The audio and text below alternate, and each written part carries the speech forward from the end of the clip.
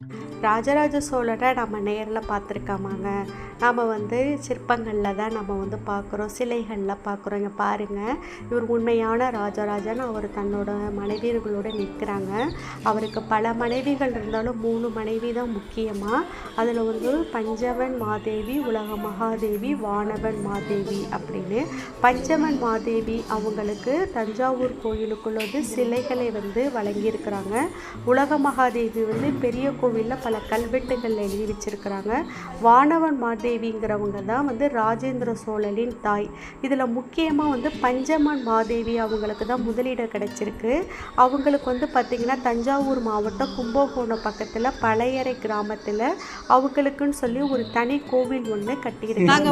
இதில் பாருங்க, ஒரு சோழர் காலத்தில் அவர் நிறைய சிற்பங்கள் தன்னோட மனைவிகள், தனக்கு செஞ்சவங்க, கருவூரார், இந்த மாதிரி பல சிற்பங்களை வரைஞ்சிருக்கிறாரு.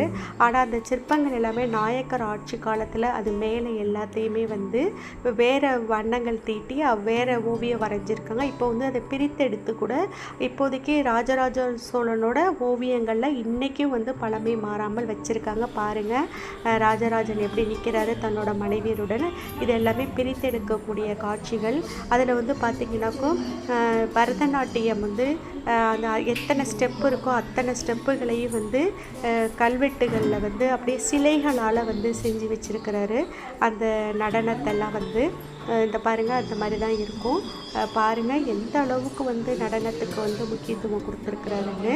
நீங்கள் போனீங்கன்னா அங்கே எக்ஸிபிஷன் இருக்கும், அதில் போய் நீங்கள் இதெல்லாம் நீங்கள் பார்க்கலாம். கண்டிப்பாக போய் பாருங்கள், ரொம்ப உணர்ச்சி பூர்வமாக இருக்கும்.